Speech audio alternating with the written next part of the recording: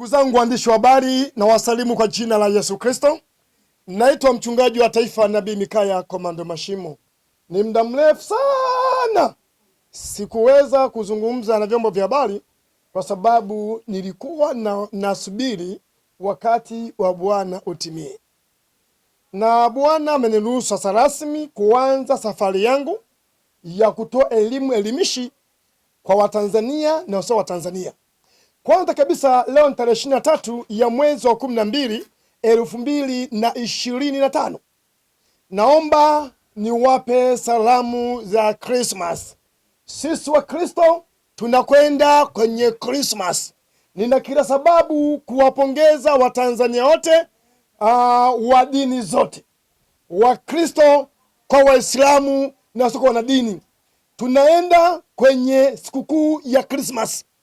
Christmas ina tafasiri ya kufanyaje, ya kuzaliwa kwa Mwokozi wetu Yesu Kristo. Na anapozaliwa Yesu Kristo inakuwa ni fundisho kwetu sisi wanadamu ya kwamba Yesu azaliwe upya mioyoni mwetu. Sema haleluya. Waandishi wa habari msemeni amina. Kwa sababu ni jambo la neema. Kwa na kila sababu ya kuwapongeza Watanzania kuwa na moyo wa subira, moyo wa utulivu, moyo wa amani, kwa namna ambavyo tumekuwa washiriki wa amani na utulivu. Kusema kweli, Mungu awabariki sana na neema ya Bwana iwe pamoja nanyi. Lakini pia ni kweli kipindi cha nyuma pia kama tunakumbuka, taifa letu liliingia kidogo changamoto hapa na pale. Kuna watu waliumia, walipoteza mali zao, wengine walifariki na kadhalika. Lakini hakuna msiba ambao una mwisho wa maombolezo.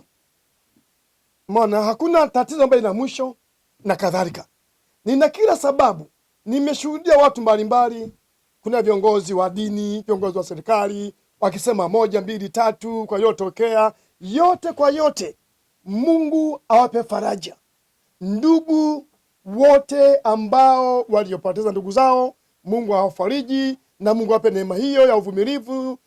Lakini vile vile nimeona baadhi ya viongozi wa serikali nao wakisema haya yaliyotokea na kadhalika. Pia Mungu atubariki na atupe moyo mkuu. Wengine pia walipoteza mitaji, biashara zao mbalimbali, lakini yote kwa yote Mungu awabariki, Mungu awape neema miongo mingine ili ya kupata hiyo mitaji mingine. Bwana awape neema ya kufanya vizuri. Na yote kwa yote naomba pia nimpongeze mzee wangu mchungaji Kitime.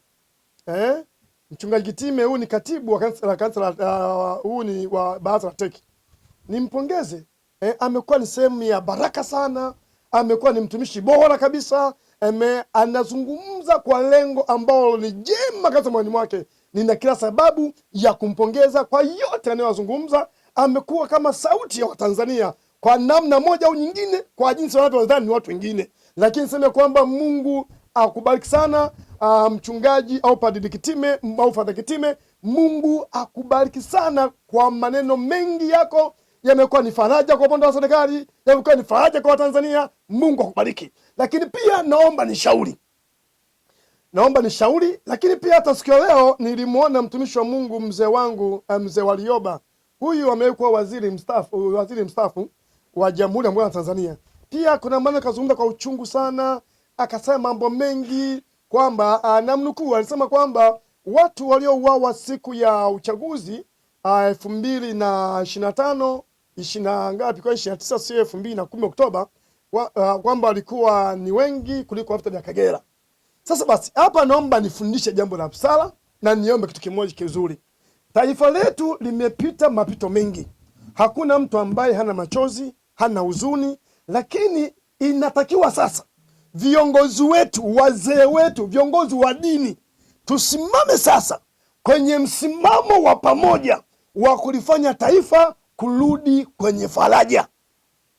Hivi leo mtu aliyefiwa na mtoto wake ukaendelea kumzungumzia habari ya msiba wa mtoto wake, ataendelea kuwa na maumivu, na yale maumivu muda mwingine yataleta chuki hata kwa Mungu mwenyewe, kwamba Mungu mambo yaruhusu. Tunajua.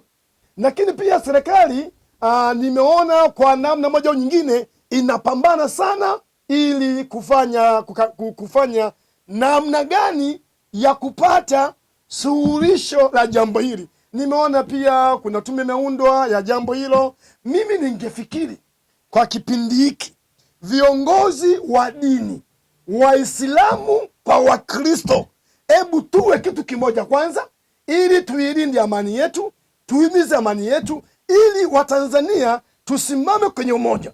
Ile tume ambayo pia imetengenezwa ili kuchunguza mambo haya, tusubiri pia majibu yake. Majibu watatuletea majibu gani?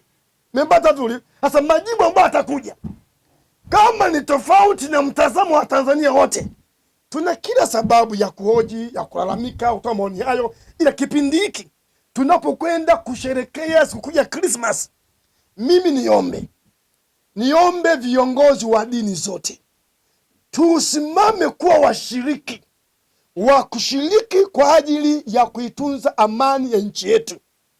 Na kama mnavyoona mambo mengi yametendeka, mambo yamezungumzwa mbalimbali, sikuwahi kuzungumza chochote.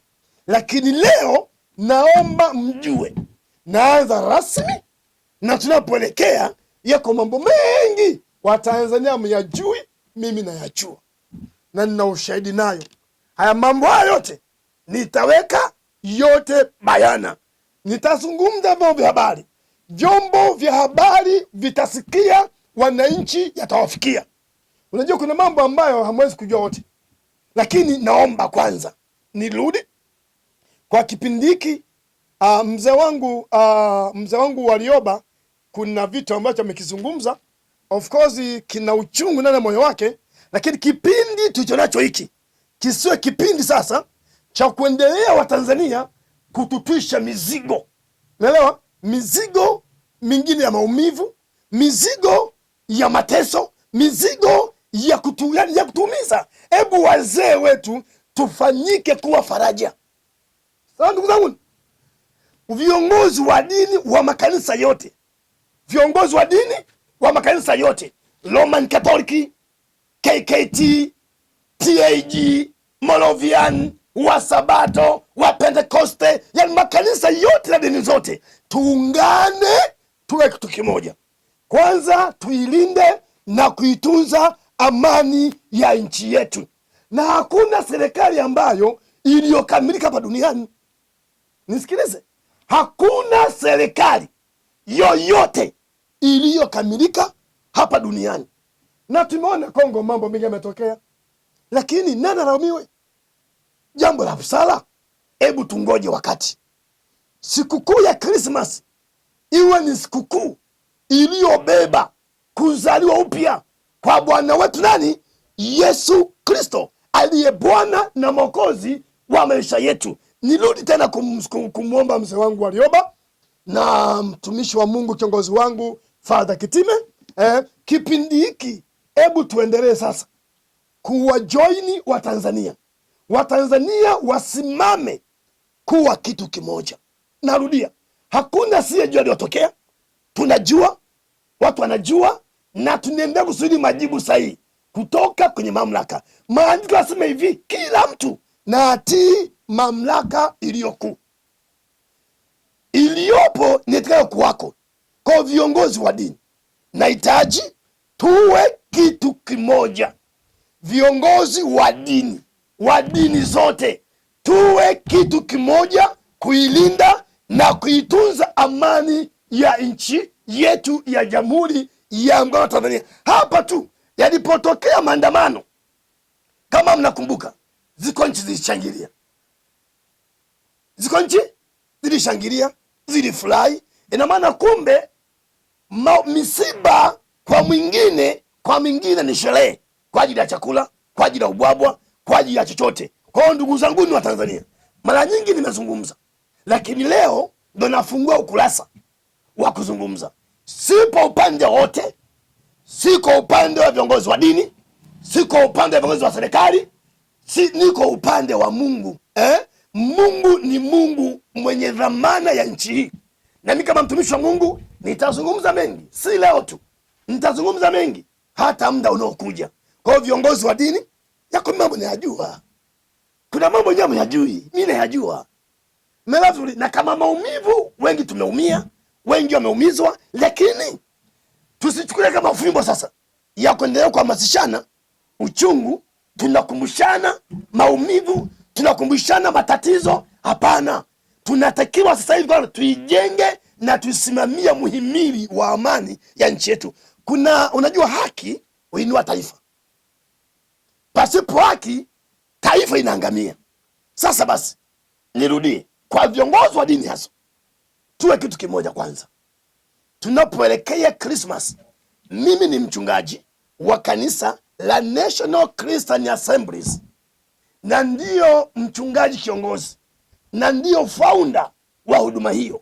Ninapozungumza haya ninamaanisha, ebu tunapokwenda kusherekea sikukuu za Christmas, natamani kuna viongozi wa dini wakihubiri amani, wakihubiri utulivu.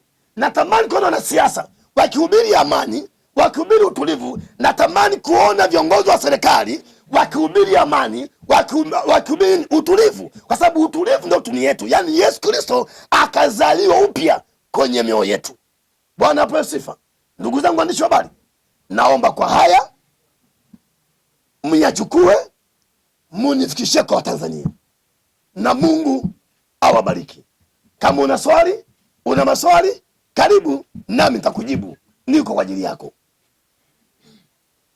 Siasa